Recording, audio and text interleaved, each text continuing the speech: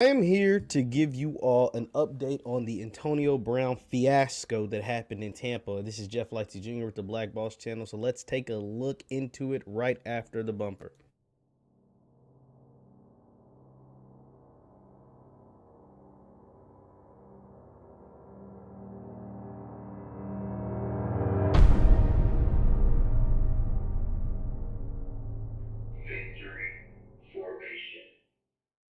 What is up, everyone? My name is Jeff Lightsy Jr. with the Black Boss channel. Thank you guys for tuning in. Be sure to hit the thumbs up button, like, share, subscribe, because we upload every single day. Now, by now, all of you have heard about what took place with Antonio Brown and the Tampa Bay Buccaneers, and I'm here to give an update. So I kind of went in a little bit on Antonio Brown because I felt like this is something that he has done his entire career, at least over the last, 5 years. Just something we've seen brewing for a long time. And I just felt like he embarrassed not only himself, but his family by the way he kind of exited the field.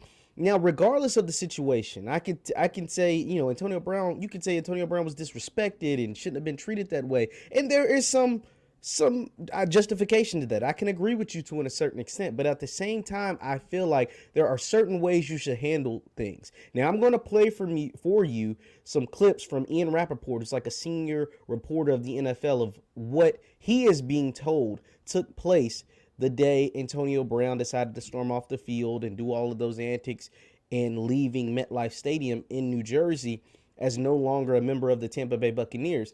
And that is going to give some justification for some of you all for the reason he acted the way he does. I am going to say he had every right to be upset.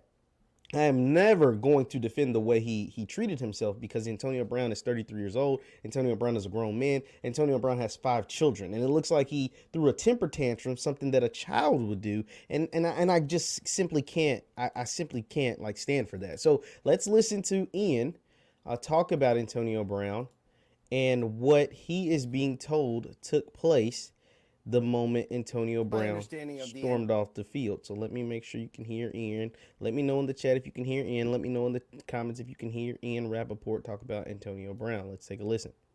Antonio Brown's situation. It started, the scenes we saw, of course, were on the sideline with the Bucs coaching staff and Bruce Arians telling Antonio Brown to get in the game. Antonio Brown refusing to get into the game despite the coaches asking him to, and then tossing him from the sideline and eventually releasing him from Antonio. So what Ian is saying is that the coaches told AB to get in the game, because, AB is a part of the team and AB is back from injury, supposed to be anyway. They told him to get into the game.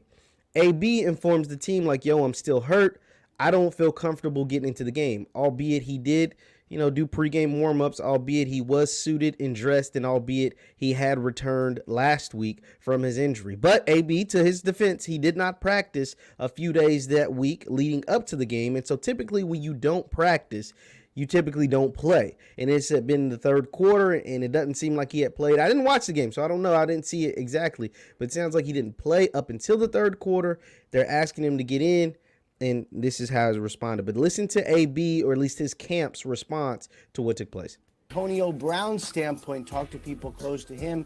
What they say is he did not feel like he was healthy enough to play. There was an ankle injury that he was battling, did not practice Thursday or Friday, was cleared to play in the game, was running routes and looking good, looking healthy before the game. But in his mind, the reason he refused, according to those close to Antonio Brown, is because he wasn't healthy. Looked pretty healthy there running across the field.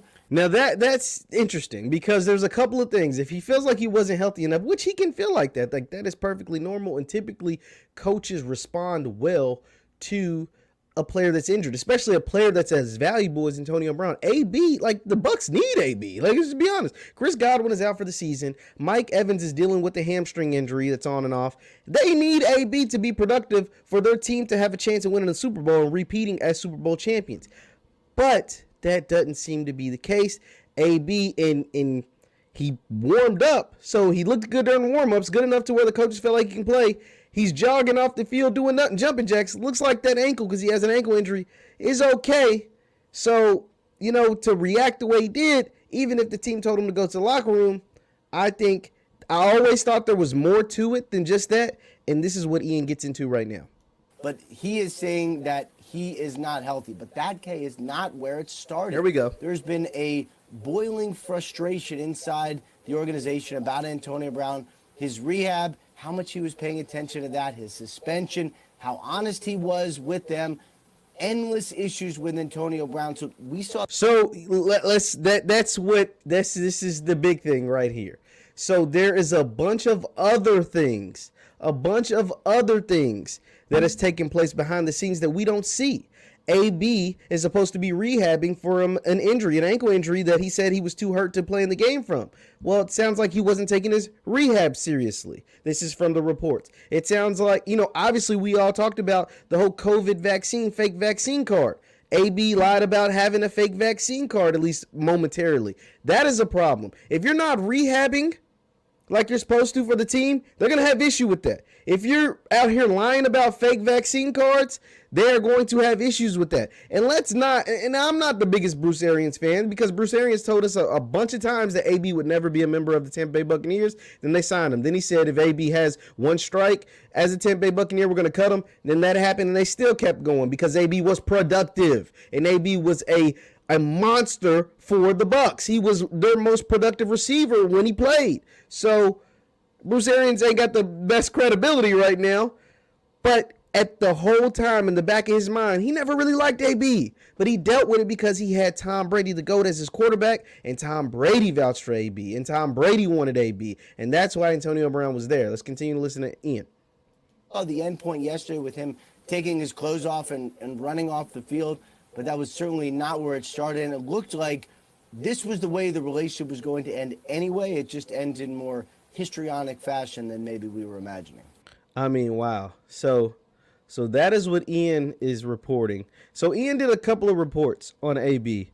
And so that was one, and this one is a few hours later. I'm going to let you listen to Ian a few hours later talk about AB. He's going to bring up a lot of the same things, but he brings in some new context. So let's take a listen to Ian's How it report. is played football, because he is no longer a member of the Tampa Bay Buccaneers. And, I guess anything is possible. I wasn't sure he was going to be able to get this shot with the Tampa Bay Buccaneers until Tom Brady and others stepped in, and he ended up a member of the Bucs. But hard to imagine anyone taking a shot at him now. But let's examine how we got here. From what I understand, and Bruce Arians laid some of it out, they told the Buccaneers coaches, told Antonio Brown to get into the game. He refused to get into the game.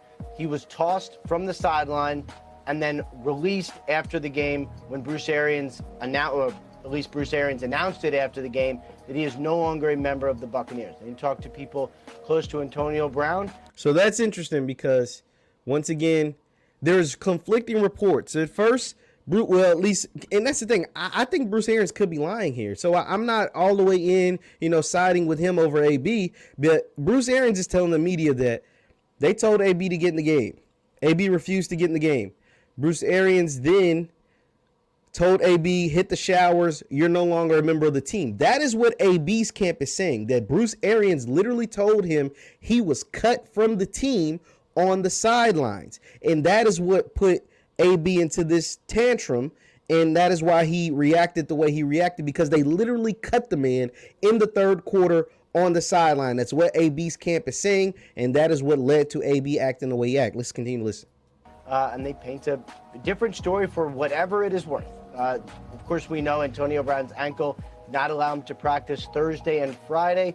He looked fine pregame, looked good during the game, and then he felt like his ankle was not good enough to play. And in his mind, that is why he refused to go out on the field.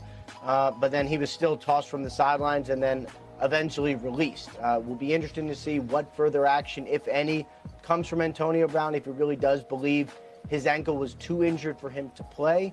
Yeah, so, and this is big because there's a few reasons why it would piss AB off to not only be tossed from the game, but to be cut, because he had $1 million of incentives on the line that he would have clinched either in this game if he was healthy enough, or in the next game if he was healthy enough to play. Let's listen, and then I'll tell you about that.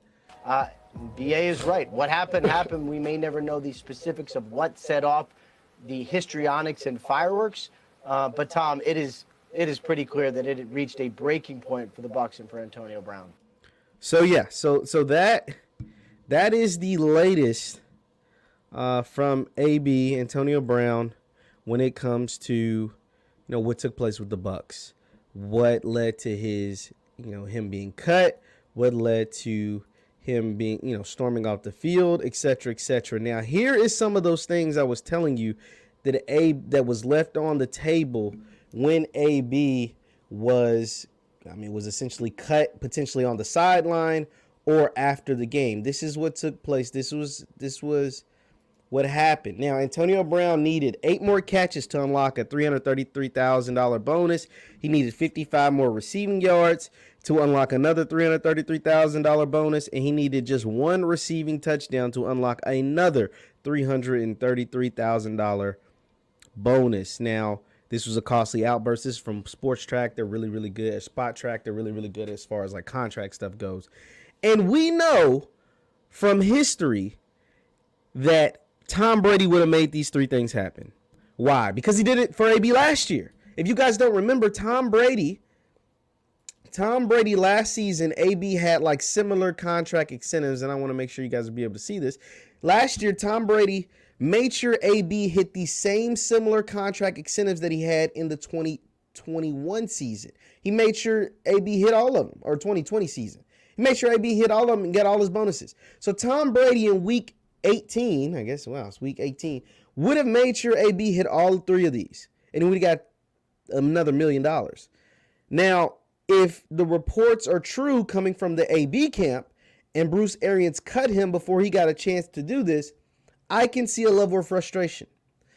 But here's the thing, and here's why I'm still pissed at AB. Because if this is true, if Bruce Arians lied, which could be very, very true, he lied, and he actually cut Antonio Brown on the sideline, sent him to the locker room and cut him on the sideline during the game, Bruce Arians would have been the bad guy the next day. With these numbers intact, the Bucs fighting for a chance to win another Super Bowl, and AB outside of the fake COVID card being on his best behavior in Tampa, Bruce Arians would have been the bad guy in this. Let's be honest. A lot of people don't even like Bruce Arians now. If with these incentives on the line, if Bruce Arians cuts AB in the middle of a game with these incentives on the line, he would have been the bad guy. We would have been talking about me. I can only speak for me. I can't speak for everybody else. I would have been talking about how much of a douche Bruce Arians is for doing this. I would have. Now, don't get me wrong. AB missing training appointments is a problem. He shouldn't be doing that. AB having a fake COVID card is a problem. He shouldn't be doing that. But if AB, even if he leaves the field, doesn't leave it in the theatrical way that he does it, Bruce Arians would have took all the heat. We would have been coming for Bruce Arians. But AB, leaving the game the way that he did, put the spotlight on himself in a bad manner. Because guess what? Unlike Bruce Arians, AB has a checkered past full of bad stuff. Whether it's talking bad about Juju Smith-Schuster, the fallout with the Steelers, the fallout with the Raiders, the sexual assault cases that got him released from the Patriots, the fake COVID cards, the off-the-field stuff with his baby moms, all kinds of crazy stuff for AB. And then you put the cherry on top after you just acted a donkey, embarrassed yourself, embarrassed your family, done all this crazy stuff, potentially risked your career, potentially risk your Hall of Fame status. After all of that, you had a nerve to put out a damn rap song? You're the #1 trending topic in the world for all the wrong reasons, and you put out a damn rap song. Promote your rapping career. That's not the way to do it. You make posts talking about Super Gremlin. That's not the way to do it, AB. That is not the way to do it. Image matters. The way you left that field is a big, black, ugly image. Big black mark. Big, black, ugly, just disgusting image of your football career. And image matters. If image don't matter, why do people wear suits? If image don't matter, why do people get haircuts? If image doesn't matter, why do people like to look nice? That stuff matters. And the way you left the field, even if somebody told you to leave the field, the way you did it was disgusting, dude. And you embarrassed yourself and your family. And I hate that, honestly, Bruce Arians is probably the biggest villain in all of this, and he is able to get away with it. One, because his team's fighting for a playoff spot, but the main reason is because of the way you exited. I would have been here, and I'm still here because the Bruce Arians don't get off the hook if this is true. But see, now we don't have any way of confirming if it was true because all the headlines are pointed at AB. Bruce Arians is quite possibly the biggest villain in all of this, way more than Antonio Brown. But we won't know, or we don't know, because all the headlines are focused on AB. So, I don't know. I hate this for Antonio Brown. But he has gotten chance after chance after chance after chance, and that's why all the headlines are going to continue to be about him. And, you know, whether or not a guy who is one of the best football players to ever play the game will get a chance to be enshrined in Canton like he should. Leave your thoughts in the chat. Leave your thoughts in the comments on Antonio Brown. And do you think Bruce Arians is the biggest villain? Because I possibly think he quite possibly is. Leave your thoughts in the chat. Leave your thoughts in the comments. Once again, I'm Jeff Lightsy Jr. at the Black Boss Channel in Victory Formation. Hit the thumbs up button on your way out, guys. Subscribe to the Black Boss Channel. You can subscribe right there. And you can follow me on Instagram and Twitter at JLightsy7 at Instagram and Twitter. Thank you guys for tuning in, and I will see you next time. Peace.